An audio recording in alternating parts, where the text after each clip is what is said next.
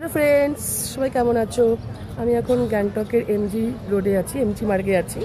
তো আমি এখানে একটা খুব ভালো, সিকিমে তো অনেক রুলস, অনেক সুন্দর নিয়ম, সত্যি মানে এরা এমনভাবে মানে রুলস অ্যান্ড রেগুলেশন করে রেখেছে যাতে নিজেদেরও প্রবলেম না হয় এবং যারা ট্যুরিস্ট এসছে তাদেরও প্রবলেম না হয়। তো এখানে one of the biggest rules হচ্ছে প্রত্যেকটা গাড়ির পেছনে লেখা আছে kind to animals. R kind to animals শুধু লেখার জন্য নেই, এটা লিটারালি এরা ইমপ্লিমেন্ট করে।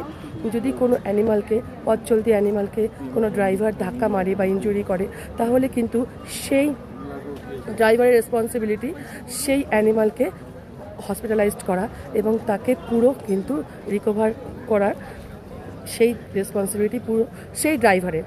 এবং সে পালাতে পারবে না, তা পালানোর কোনো স্কোপই নেই। এখানে রুলসটাই এরকম। এবং এখানে সিকিম পুলিশই মানে এতটাই অ্যাক্টিভ, ওরা মানে দারুণ, মানে সত্যি মানে আমরা যখন সিকিমে এন্ট্রি করি না, তো এখানকার বলে দিতে হয় না, এখানকার সিস্টেমই বলে দেয় যে এত সুন্দর স্টেট একটা।